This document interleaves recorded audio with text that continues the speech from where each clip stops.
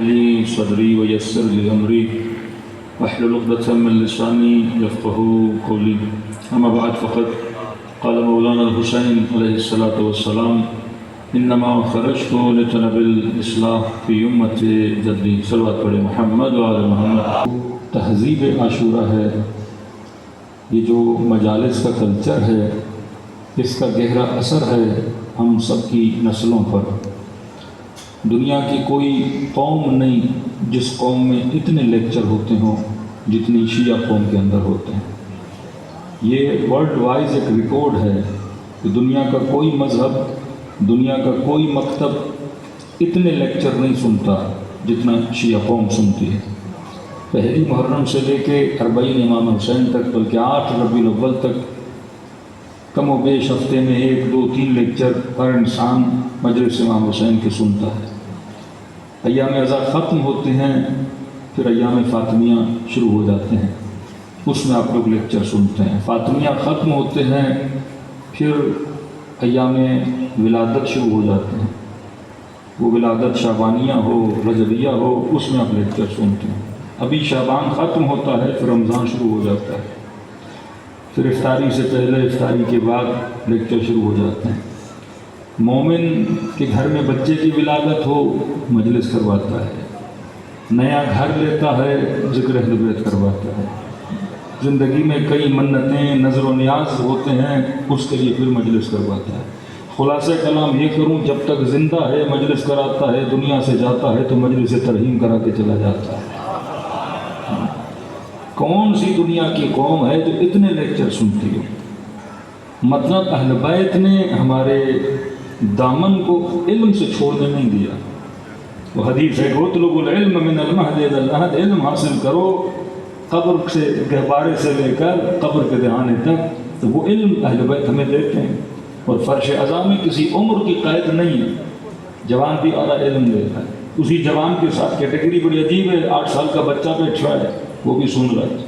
50 سال کا بزرگ ہے، 80 70 سال کا بزرگ ہے، وہ بھی آپ کے فرش اعضاء پر سن رہا ہے. مطلب بار بار اہل بیت ہمیں کیا دے رہے ہیں؟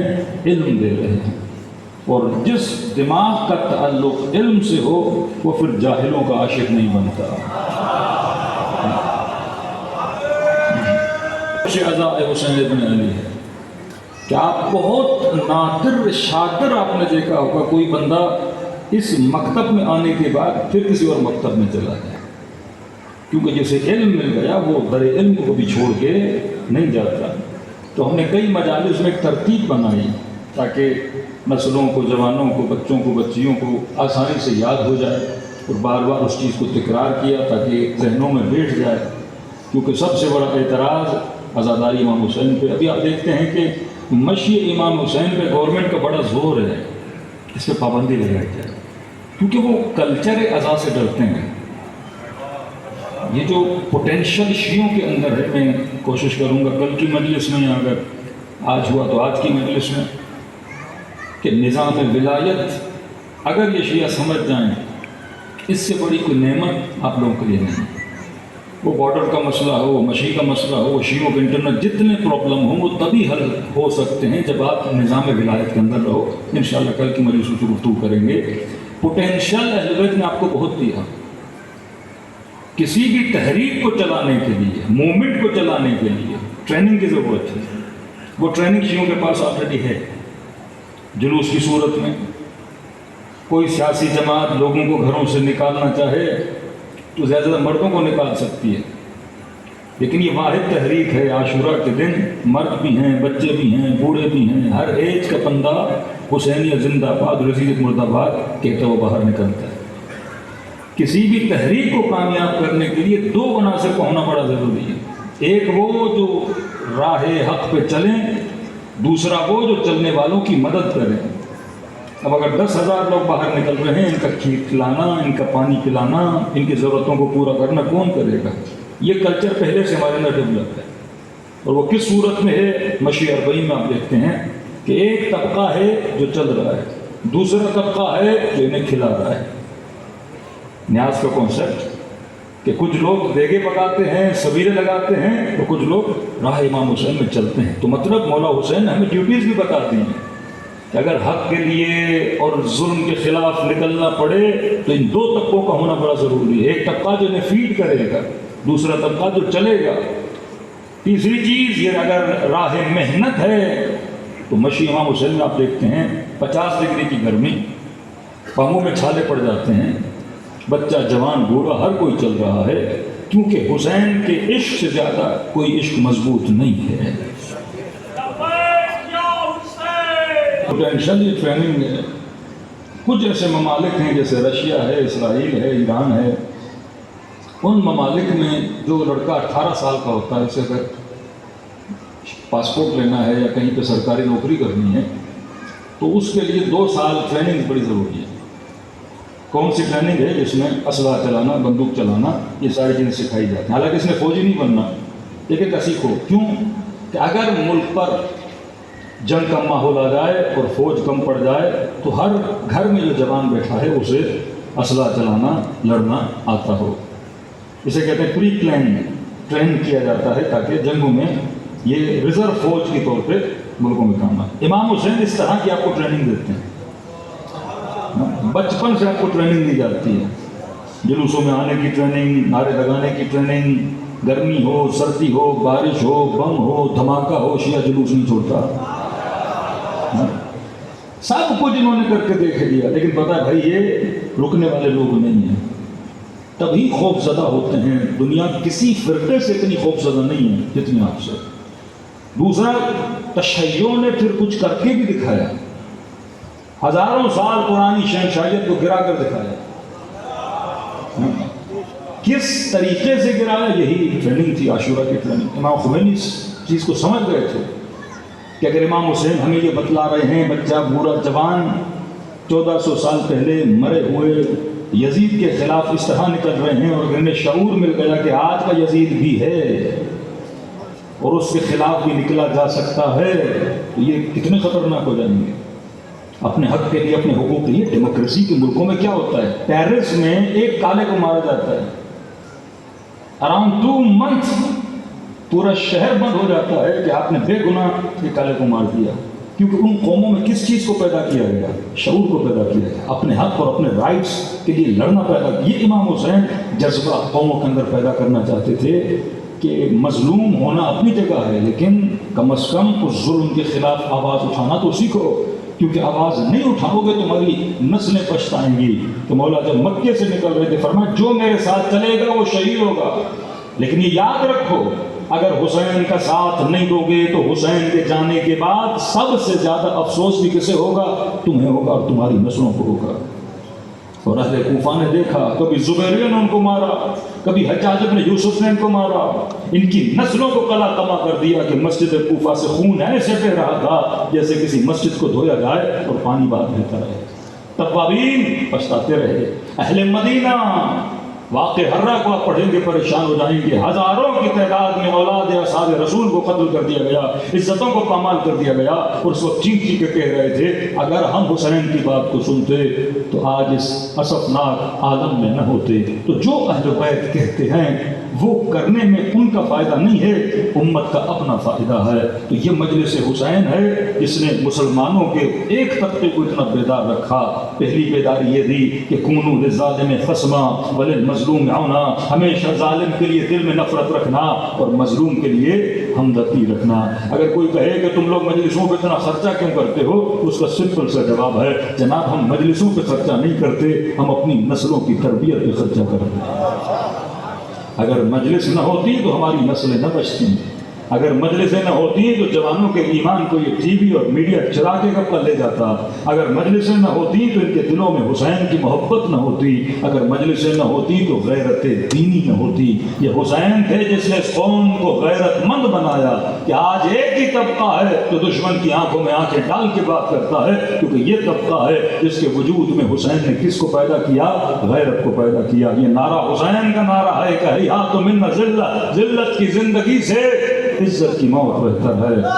کی برکتیں لا محدود برکتیں ہیں، لیکن فوائد فرش ازا کیا ہیں میں نے مختلف اشکال میں بیان کیے، اور آسان اسی لیے کیا تاکہ ہر جوان کو، ہر بچے کو یاد ہو جائے. لفظ عین آپ یاد کر لیں. عین سے علی، عین سے عاشورہ. عین سے اعلیٰ لفظ عین آپ یاد کر لیں. تو میں نے کہا 10 عین نکلتے ہیں فرش قضا سے.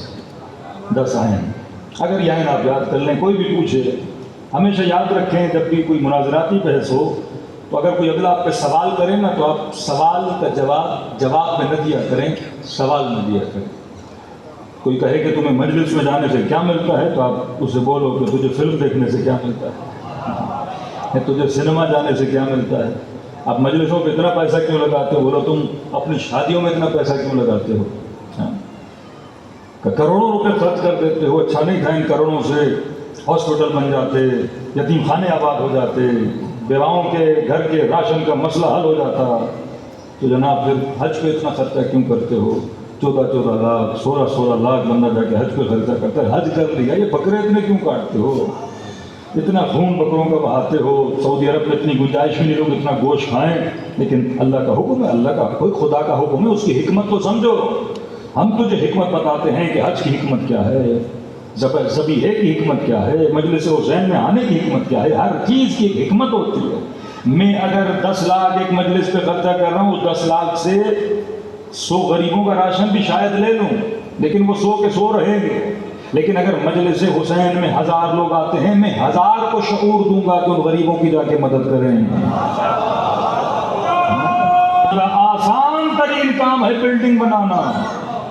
یورپ بڑی اچھی بلڈنگیں بناتا ہے, ویسٹرن ورلڈ سے زیادہ کوئی آرکیٹیکٹ میں اچھا نہیں ہے. دنیا کا آسان ترین کام ہے بلڈنگ بنانا, دنیا کا مشکل ترین کام ہے انسان بنانا. یہ وہ فیکٹری ہے جو حبیب ابن مظاہر بناتی ہے, یہ وہ فیکٹری ہے جو سلمان فارسی بناتی ہے. لیکن نبی کے صحابی تو بہت ہیں, لیکن ان صحابیوں کے کچھ صحابی دکھا دو ہمیں, جیسے علی نے صحابی بنائے تھے. ایک مالک اشتر دکھا دو, ایک ابو ذر غفاری دکھا دو, ایک عمار یاسر دکھا دو. کچھ ایسے اصحاب تو دکھاؤ جو اہل بیت نے بنائے. کوئی حبیب نے بنائے تو دکھاؤ, کوئی جناب زہیر کو دکھاؤ, کوئی جناب سعید کو دکھاؤ, کوئی یزید بن سبیت کو دکھاؤ, کوئی جناب بریر کو دکھاؤ. یہ کربلا ہے, یہ وہ گھر ہیں جن کی گودوں سے اکبر بن کے نکلتے ہیں, قاسم بن کے نکلتے ہیں, علی اکبر بن کے نکلتے ہیں, عباس علمدار بن کے نکلتے ہیں. اس گھر نے تاریخ میں ثابت کیا کہ یہی وہ پوتے ہیں جو ایسے اعلیٰ ترین اشخاص کو پالتی ہیں. اور فرش عزا نے ثابت کیا یہی فرش عزا ہے. کسی کو خمینی بناتا ہے, کسی کو سید علی خامنئی بناتا ہے, کسی کو شہید سبط جعفر بناتا ہے, کسی کو حسینی بناتا ہے. یہ فرش عزا کی برکتیں ہیں. کسی قوم کے پاس ایسے شہید اور ایسی شخصیتیں نہیں ہیں, کیونکہ ان قوموں کے پاس فرش عزا حسین ابن علی نہیں ہے. فرش عزا شعور کا نام ہے. تو یہ 10 عین بڑی آسانی سے آپ یاد کر سکتے ہیں. سرسری گزروں گا. پہلا عین, عین عقل. فرش عزا جو ہماری نسلوں کو سب سے پہلی چیز دیتا ہے وہ عقل مندی دیتا ہے. کہ فرش عزا پہ بیٹھا ہوا بچہ یزید پہ لعنت بھیجنے میں جھجکتا نہیں ہے. آ جاؤ شیعہ 8 سال کا بچہ اٹھاؤ اور اسے کہو یزید پہ لعنت بھیجنی چاہیے کہ نہیں, برملا تو پوچھے گا, وہ بھیج کے بتائے گا کہ یزید قابل لعنت ہے. کیونکہ فرش عزا نے اسے سکھایا کہ ظالم سے محبت نہیں کی جاتی, ظالم کے لیے نرم گوشہ نہیں رکھا جاتا. تو پہلا عین جو فرش عزا سکھاتا ہے وہ عین عقل ہے. اور عقل ہی ہے جس نے ہمیں مجبور کیا کہ ہم علی کو امام مانیں, کیونکہ عقل بہتری کے علاوہ بندے کو کہیں لے کر نہیں جاتا. انسان کی فطرت میں ایک چیز ہے کہ انسان عاشق کمال ہے. وہ شیعہ ہو, سنی ہو, مسیحی ہو, کرسچن ہو, ہندو ہو, فطرت میں خدا نے کچھ چیز بلٹ ان سافٹ ویئر آپ کے اندر لگایا ہے. مثلا کوئی بھی بندہ ہو اسے کنجوس اچھا نہیں لگتا, ہاں بھلے خود کنجوس ہو, مکھی چوس ہو, لیکن کہے گا پوری دنیا میرے لیے کیا کرے, سخاوت ہی سخاوت کرے. کوئی ایسا بندہ نہیں جسے بزدلوں سے عشق ہو. ہاں ہے پاکستان میں کچھ, لیکن وہ بزدلوں کو بزدل مانتے نہیں ہیں. فطرت بزدل کی عاشق نہیں ہوتی, فطرت بہادر کی عاشق ہوتی. ہاں اس کا ایک سمپل اگزامپل یہ ہے کہ آپ جتنی فلمیں دیکھتے ہیں ان فلموں میں جو ہیرو ہوتا ہے وہ بزدل ہوتا ہے, بہادر. وہ آئرن مین لے لیں, بیٹ مین لے لیں, اسپائڈر مین لے لیں, کسی کو بھی لے لیں, تو آج تک کوئی ہیرو دیکھا ہے جو ڈرپوک ہو؟ کیوں ہیرو کو بہادر دکھاتے ہیں؟ کیونکہ ان کو انسان کی سائیکی کا پتہ ہے. فطرت انسان ہیرو اسی کو مانتی ہے جو بہادر ہو. فطرت انسان ہیرو اسی کو مانتی ہے جو میدان میں ڈٹ کے لڑے، تشریف نہ لے جائے۔ فطرت بشر ہے، کبھی بھی بندہ بزدلوں سے محبت نہیں کرتا، بہادروں سے محبت کرتا ہے۔ ہاں، اب فطرت نے کوئی ہے ایسا جو شب ہجرت موت کے بستر پہ سویا ہو تو لاؤ، کوئی ہے ایسا جو ٹوٹی ہوئی تلوار سے لڑا ہو تو لاؤ، کوئی ہے ایسا جو اس نے مرہب کو بچھاڑا ہو تو لاؤ۔ اب ڈھونڈ ڈھونڈ کے تھک جائیں گے، ملے گا ہی نہیں۔ شیعہ کبھی لڑتا نہیں، کبھی جھگڑتا نہیں۔ میں نے کہا اگر کوئی کہہ بھی دینا کہ علی کو چھوڑ دو، تو میں نے کہا اس کو فل لائف ٹائم ایک چیلنج دو، یہ نہیں کہ ہفتے کے بعد آنا، مہینے کے بعد آنا، اس کو بولو ہم تجھے لائف ٹائم چیلنج دے رہے ہیں، پوری زندگی کا چیلنج ہے۔ میں یہاں بیٹھا ہوں، آپ کے علی کو چھوڑ دو، میں چھوڑنے کے لیے تیار ہوں، لیکن لائف ٹائم چیلنج یہ ہے کوئی ایسا اللہ علی سے بہتر ہو سکے گا۔ گھوم گھوم کے پھر آپ کے ادھر پہ آئے گا، کہے گا مجھے بھی علی ولی اللہ کا کلمہ پڑھاؤ، کیونکہ مجھے علی کے علاوہ کوئی اور ملا ہی نہیں ہے۔ فطرت عاشق علی ہے، یہ نہیں کہ میرے باپ نے کہا عاشق علی بنو میں بنا، وہ بچپنا تھا، لیکن جب جوان ہوا تو فطرت نے کہا کہ علی سے بہتر ملا ہی نہیں۔ عشق میں، محبت میں، عبادت میں، حسب میں، نسب میں، شجاعت میں، علم میں، ہر چیز میں جب دیکھتا ہوں اہل بیت کا مقابلہ کوئی کر ہی نہیں پایا، تو فطرت ہے جو عاشق علی بناتی ہے۔ ہاں، اب کسی بھی اپنے اہل سنت کے بھائی کو ایک بار کربلا لے جاؤ، فطرت پلٹ جائے گی اس کی، جب وہ عشق کربلا دیکھے گا، جب وہ عشق حسین دیکھے گا، کیونکہ یہ وہ اہل بیت ہیں جو ہماری فطرت سے بہت زیادہ ملے ہوئے ہیں۔ تو فرش ازا ہمیں کیا دیتا ہے؟ عین عین عقل، اور عقل عاشق فطرت ہے۔ فطرت کہتے ہیں کمال کو، کہ اللہ نے آپ کی فطرت میں ایک چیز رکھی جسے بولتے ہیں کمال، پرفیکشن۔ ایک بچہ اسکول میں فیل بھی ہو جائے گا، لیکن فیل ہونا کسی کو اچھا نہیں لگتا۔ تبھی پاکستان میں کاپی کلچر ہے، یہ فطرت ہے۔ پیسے دے کر بھی کہتا ہے کیا ہو جاؤں؟ پاس ہو جاؤں۔ فطرت چاہتی ہے کہ میں پاس رہوں، فیل نہ رہوں۔ اندر پتا ہے کہ پرچہ سارا کاپی والا ہے، لیکن ڈگری دکھائے گا جناب میں کیا ہوں؟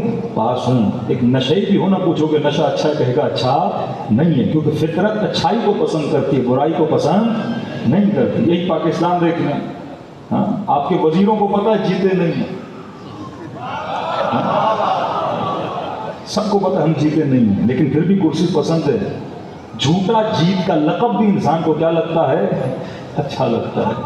ہاں، بھلے 25 کروڑ دے کے سینٹ کی سیٹ جیت کے آیا ہو، تو پتا بھی ہے کہ میں ایمانداری سے نہیں آیا، لیکن وہ ٹیگ جو ہے نا وہ ہر کسی کو اچھا لگتا ہے۔ تخت پہ بندہ قابض بھی ہو لیکن تخت تو اچھا لگتا ہے نا۔ کئی لوگ تھے جو امیر المومنین نہیں تھے لیکن پیسے دیتے تھے، ہم سے آ کر ملو تو کہنا السلام علیکم یا امیر المومنین، بڑے خوش ہوتے تھے، بڑے خوش ہوتے تھے کوئی ان کو کہے امیر المومنین۔ مولا فرماتے ہیں نا کنجوس کی بھی جھوٹی تعریف کرو تو سخی بن جاتا ہے۔ فطرت کو بڑا پسند ہے، آپ ایک بالکل کنجوس آدمی ہوں، ہاں 10-15 لوگ اس کے پاس بھیجو، اس کی تعریفیں کریں۔ دیکھو پاکستان کے فقیروں سے زیادہ تیز بندہ نہیں ملے گا آپ کو۔ ویسے ہمارے حکمران بھی بھکاری ہیں، بھکاری ہمیشہ تھوڑا تیز ہوتا ہے، ہاں، جو ہاتھ میں کشکول لے کے گھومتے ہیں۔